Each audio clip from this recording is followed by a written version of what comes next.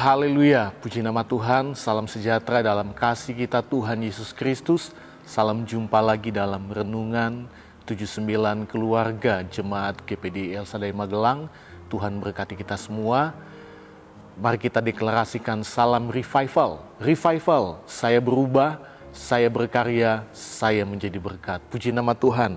Kita akan melihat kebenaran firman Tuhan saat ini yang saya beri tema tulus atau munafik. Di dalam Amsal 27 ayatnya yang ke-6 demikian firman Tuhan. Seorang kawan memukul dengan maksud baik, tetapi seorang lawan mencium secara berlimpah-limpah. Di dalam salinan firman Allah yang hidup dikatakan seperti ini, lebih baik dilukai oleh seorang sahabat daripada mendapat ciuman seorang musuh. Kalau kita melihat ayat ini memperlihatkan dua sifat manusia, yaitu sifat tulus dan sifat munafik. Dan kedua sifat ini seringkali ada di dalam hidup kita. Itu sebabnya kita perlu memahami perbedaan kedua sifat ini serta implikasinya dalam hubungan kita dengan Tuhan dan sesama. Ya. Nah, kita lihat dulu apa pengertian tulus dan munafik. Tulus, pengertian tulus ini menurut Kamus Besar Bahasa Indonesia merupakan sungguh dan bersih hati atau benar-benar keluar dari hati yang jujur. Tidak berpura-pura, tidak serong, ikhlas. Jadi itu pengertian dari tulus. Di dalam Amsal 27 ayat 6 bagian A dikatakan ayat ini memberikan contoh ya dari ayat pokok kita Amsal 27 ayat 6a memberikan contoh seorang sahabat yang memukul, melukai dengan maksud baik. Yang artinya sahabat yang tulus itu akan berbicara dengan jujur kepada kita. Bahkan jika terkadang itu menyakitkan, mungkin itu perkataan ya, itu menyakitkan. Tapi kita lihat mereka melakukannya bukan untuk menyakiti kita. Tetapi karena mereka peduli dan mengasihi kita. Ya, hal ini menunjukkan bahwa tulus hati itu bukan berarti kompromi dengan apa yang tidak benar, yang tidak berkenan kepada Tuhan. Tulus berarti juga menegur ya. Tulus berarti berani untuk menegur, berani untuk menasihati ketika kita melihat ada yang salah. Sama seperti seorang sahabat, dia sahabat yang tulus itu akan berbicara dengan jujur. Sahabat yang tulus berani untuk menegur, menasihati. Mungkin itu menyakitkan hati dari sahabatnya. Tetapi itu untuk mendatangkan kebaikan. Jadi kita lihat sekali lagi ya. Tulus itu bukan berarti kompromi dengan apa yang tidak benar. Ya. Dan kita lihat sifat tulus adalah sifat yang berkenan kepada Tuhan dan tentunya kepada sesama. Ya. Setiap kita tentu mengendaki ya, orang yang dekat dengan kita dan keluarga kita, ya, istri, suami, anak-anak, tulus ya, mengasihi kita.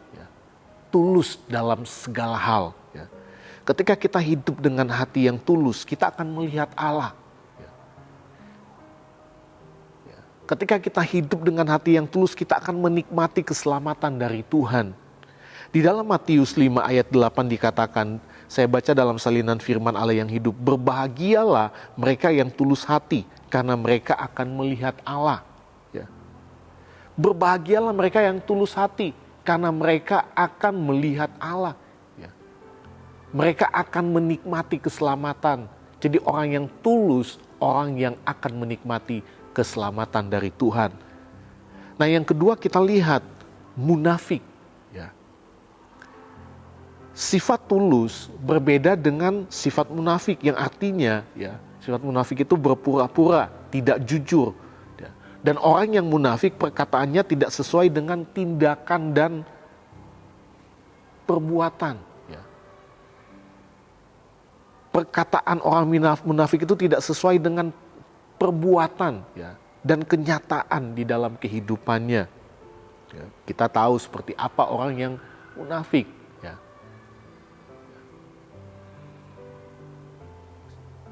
Kalau di dalam ayat ini, di dalam Amsal 27 ayat 6 bagian B, dia memberikan contoh orang munafik itu seperti musuh yang memberikan ciuman. Ya. Musuh atau lawan ya, seringkali berpura-pura bersahabat. Ya. Tapi ternyata munafik. Ya. Berpura-pura untuk menjadi baik tetapi dengan niat yang jahat di baliknya. Mereka mungkin mencoba merayu kita dengan kata-kata manis ya. Tetapi niat mereka adalah untuk merugikan setiap kita. Bahkan hanya memanfaatkan. Ya, ujung-ujungnya mencelakakan kita. Itu adalah sifat dari kemunafikan. Ya. Seperti yang dijelaskan di dalam ayat ini. Ya. Nah kalau kita melihat di dalam Matius 23 ayat 13 bagian A, Yesus mengecam ahli-ahli Taurat dan orang-orang Farisi. Dikatakan seperti ini, celakalah kamu, hai ahli-ahli Taurat dan orang-orang Farisi. Hai kamu orang-orang munafik. Kita tahu bersama ahli Taurat dan orang-orang Farisi adalah orang-orang yang munafik. Firman Tuhan katakan, Yesus sendiri katakan. Kenapa? Karena mereka orang-orang yang tidak melakukan seperti apa yang mereka katakan kepada orang lain. Ya.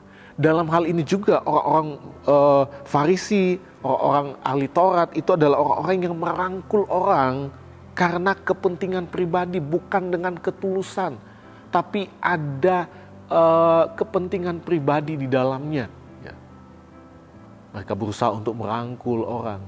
Ya. Mereka berusaha untuk dekat dengan orang. Ya. Berbicara dengan banyak orang. Ya. Ya. Tetapi dengan tujuan yang salah. Dengan tujuan yang hanya untuk kepentingan mereka sendiri. Dan ini bukan ketulusan. Ya. Tetapi ini adalah kemunafikan. Itu sebabnya Yesus tahu apa yang di dalam hati mereka. Itu sebabnya Yesus mengecam ahli-ahli Taurat dan orang-orang Farisi dengan mengatakan mereka sebagai orang-orang yang munafik. Ya. Celaka. Hal ini menunjukkan kepada hukuman bagi mereka yang hidup dalam kemunafikan.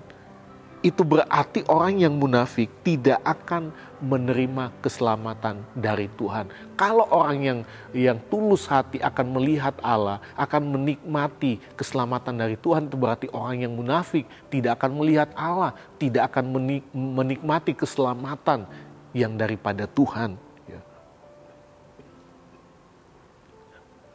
Di luar sana ada banyak orang yang hidup dalam kemunafikan. Tapi sebagai orang percaya, saya mengajak setiap kehidupan kita, nasihat firman Tuhan, mari kita hidup di dalam ketulusan hati.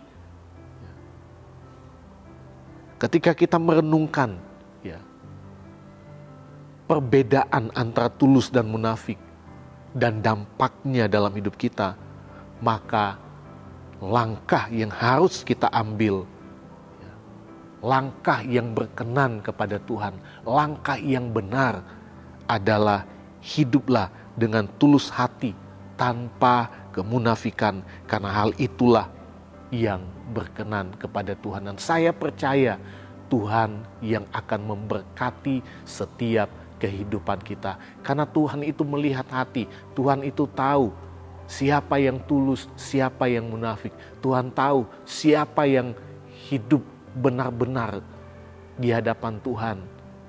Siapa yang hidup dalam ketulusan hati di hadapan Tuhan dan sesama. Dan kita percaya Tuhan yang akan memberkati orang yang tulus. Mereka akan menikmati setiap berkat, bahkan keselamatan yang daripada Tuhan. Puji nama Tuhan. Tuhan Yesus memberkati kita semua. Terima kasih kepada Bapak Ibu yang telah mengikuti Renungan 79. Kiranya setiap renungan dapat menjadi berkat bagi kita semua. Dan bagi Bapak Ibu, saudara-saudari yang ingin didoakan untuk pokok doa tertentu, menceritakan kesaksian baik mujizat, kesembuhan, pemulihan masalah keluarga dan lain-lain, dapat disalurkan melalui chat dalam WhatsApp di nomor 0813 2742 0088. Tuhan Yesus memberkati kita semua. Sama-sama kita akan berdoa. Segala pujian, syukur, hormat, kemuliaan hanya bagi Engkau Bapa yang baik. Terima kasih buat kebaikan dan kemurahan-Mu yang boleh kami nikmati sampai saat ini. Kami bersyukur kami boleh menikmati kebenaran firman Tuhan yang boleh datang dan menasihati setiap kehidupan kami untuk kami hidup dalam ketulusan, memiliki sifat yang tulus dalam kami melayani Engkau Tuhan, baik kepada sesama juga Tuhan. Karena Engkau Allah yang melihat hati, Engkau yang tahu siapa yang hidup dalam ketulusan dan siapa yang hidup berpura-pura, siapa yang hidup dalam kemunafikan. Kami percaya seperti firman-Mu, orang yang tulus akan melihat Engkau, akan menikmati berkat-Mu, menikmati keselamatan yang daripada-Mu. Itu sebabnya biarlah setiap kami jemaat Tuhan mengambil langkah yang benar untuk kami hidup di dalam ketulusan hati, dalam kami melayani Tuhan dan kepada keluarga, kepada sesama kami, dimanapun kami berada. Terima kasih Tuhan, berkati seluruh jemaat Tuhan GPDI El Shaddai Magelang. Ya Tuhan, karena kuasa-Mu lah keluarga jemaat GPDI El Shaddai Magelang bersuka cita. Betapa besarnya kegirangan karena kemenangan yang daripada-Mu. Di dalam nama Tuhan Yesus Kristus kami berdoa dan mengucap syukur. Haleluya. Amin.